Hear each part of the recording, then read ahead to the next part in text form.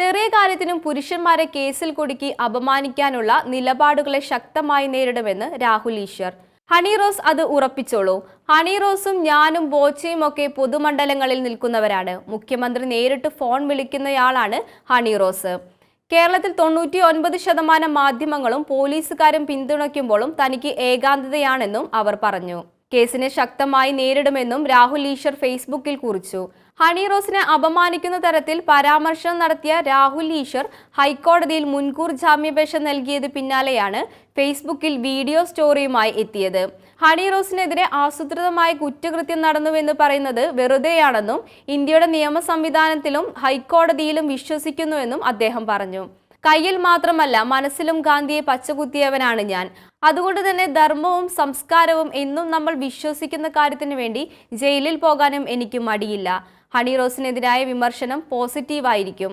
അവരെ വളഞ്ഞുകെട്ടി വിമർശിക്കില്ല. ശനിയാഴ്ച എൻ്റെ മകൻ്റെ ജന്മദിനമായിരുന്നു.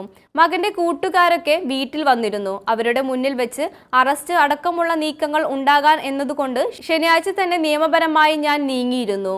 ഇന്ത്യയിലെ പ്രധാനമന്ത്രി നരേന്ദ്രമോദിയെയും മുഖ്യമന്ത്രി പിണറായി വിജയനെയും രാഷ്ട്രപതിയെയും സോണിയാഗാന്ധിയെയും ഒക്കെ വിമർശിക്കാം. ഹണി റോസിനെ മാത്രം വിമർശിക്കരുതെന്നും പറയുന്നതിൽ അർത്ഥമില്ല, രാഹുൽ ഫേസ്ബുക്കിൽ കുറിച്ചു.